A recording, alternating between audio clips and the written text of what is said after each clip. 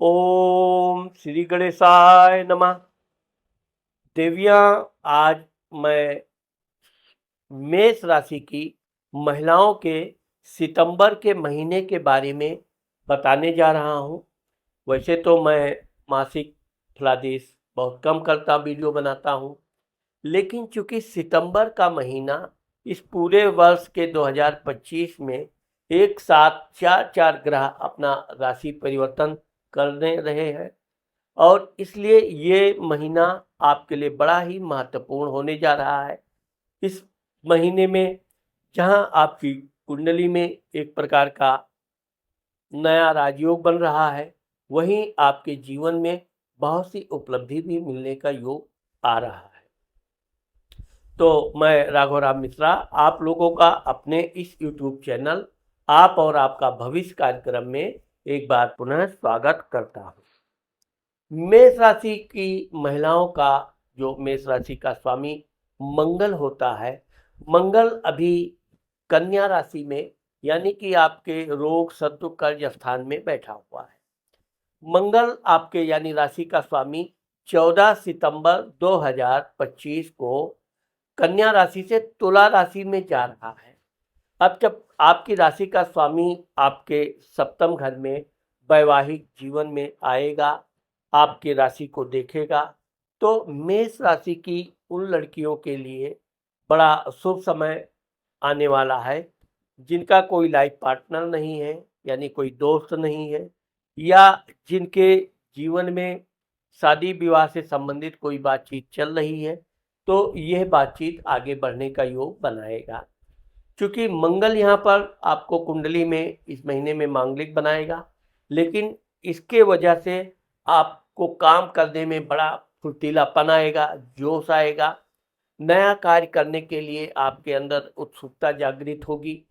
तो ये जो आपके राशि का स्वामी मंगल आपका अपना राशि परिवर्तन कर रहा है, तो यह आपके लिए बहुत लाभदायक होगा। उन महिलाओं के लिए जिनका प्रमोशन आदि काफ़ी समय से रुका हुआ है, उनको इस महीने में अगर प्रमोशन का योग बन रहा है, तो निश्चित तौर पे उनका प्रमोशन होगा। पदोन्नति का भी योग यहाँ पे दे रहा है। साथ ही साथ चूंकि आपका ये मंगल आपके वाणी भाव को देख रहा है, तो आपको अपनी वाणी पर नियंत्रण रखना चाहिए, और विशेषकर परिवार, कुटुंब, अपने घर के लोगों के साथ कटु वचन बोलने से बचें। अब आप ये कुंडली में मेरे चार्ट आप देख रही हैं, चार्ट में कि इस चार्ट में ये बता रहा है कि चूंकि मंगल आपके जब सप्तम घर में बैठेगा, तो यह आपके पारिवारिक जीवन में मांगलिक कार्य कराने वाला बनेगा। बुध, अब चूंकि बुध 15 सितंबर 2025 को आपके छठे घर में रोग शत्रु कर्ज स्थान में बुध आएगा।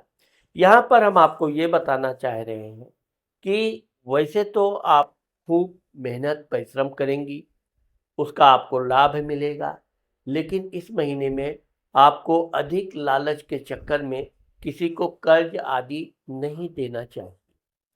अगर आप कर्ज आदि दे देती हैं, तो निश्चित तौर पे आपके लिए ये थोड़ा प्रॉब्लम का योग बनेगा। अब चूंकि 17 सितंबर 2025 को सूर्य महाराज भी आपके छठे घर में रोग शत्रु कर्ज स्थान में आ जाएंगे। वैसे तो यहाँ पर बुधादित्य योग बनेगा, लेकिन ये कह रहा है कि आपको अपने संतान के प्रति बहुत नम्रता से व्यवहार करना चाहिए। किसी बात पे उनसे गलती हो सकती है, भूल चूक हो सकती है। वो भूल चूक होना कोई बड़ी बात नहीं है, लेकिन आपको अपने क्रोध पर बच्चों के प्रति बहुत नियंत्रण रखना चाहिए, अत्यधिक क्रोध से बचना चाहिए। अगर आप पढ़ाई लिखाई शिक्षा से संबंधित कोई कार्य कर रही हैं, तो इस महीने में थोड़ा आपको परीक्षा आदि में परेशानी का योग बन रहा है, जो आपको 15 अक्टूबर तक रहेगा।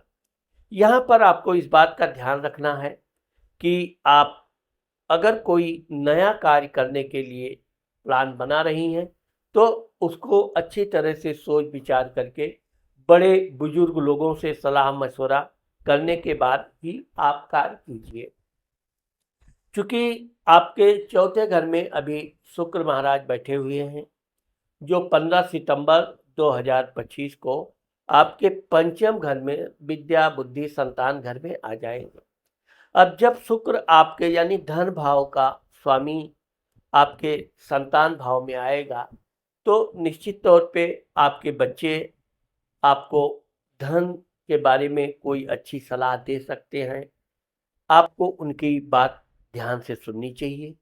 ये कदापि नहीं सोचना चाहिए कि ये बच्चे हैं तो इनको अकल नहीं है। वो कोई अच्छी बात बता सकते हैं। आपके कुटुंब के लोग भी आपको सहयोग करेंगे।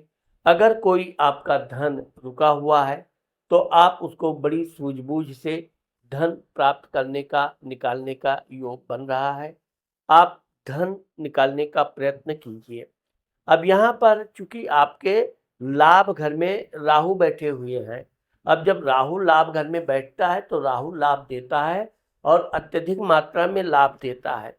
साथ ही जब ऐसा संयोग बन जाए, लाभ घर में राहु हो, पराक्रम घर में गुरु हो, पंचम घर में शुक्र हो, तो मेष राशि की महिलाओं के लिए ये बड़ा अच्छा सुअवसर आने जा रहा है। इस अवसर का आपको लाभ उठाना चाहिए और एक बात का विशेष ध्यान रखना चाहिए कि अपने परिवार के, कुटुंब की और विशेषकर अपने आंतरिक पति पत्नी के संबंधों को कभी किसी से उजागर नहीं करना चाहिए।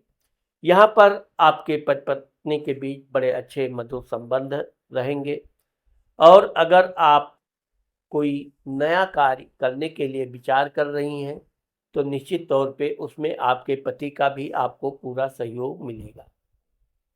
चूंकि शुक्र केतु के साथ बैठ रहा है, इसलिए नया मित्र अगर आपके जीवन में कोई दोस्त आ रहा है, तो उसके बारे में आपको अच्छी तरह से जानकारी लेके जल्दबाजी कदापि नहीं करनी चाहिए।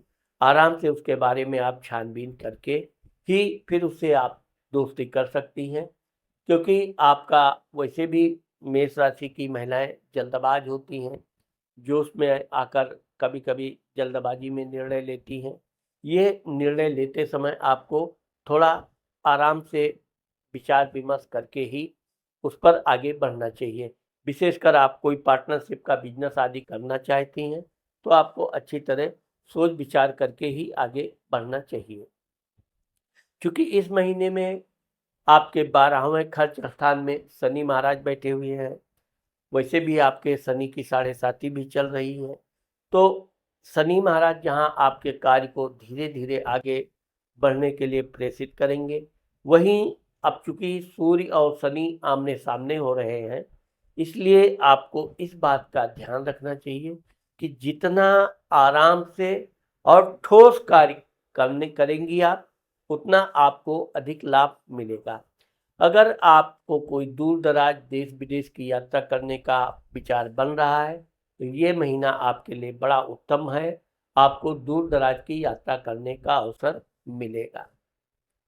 तो देवियाँ, आज मैंने आप लोगों को मेष राशि के सितंबर के महीने के बारे में जो बताया है, मुझे आशा है कि आप लोगों को मेरा ये वीडियो ज़रूर पसंद आएगा। अगर मेरा ये वीडियो आपको पसंद आता है और आपने मेरे चैनल को सब्सक्राइब नहीं किया है, तो आप मेरे चैनल को सब्सक्राइब करना और लाइक करना मत भूलिए। नमस्कार।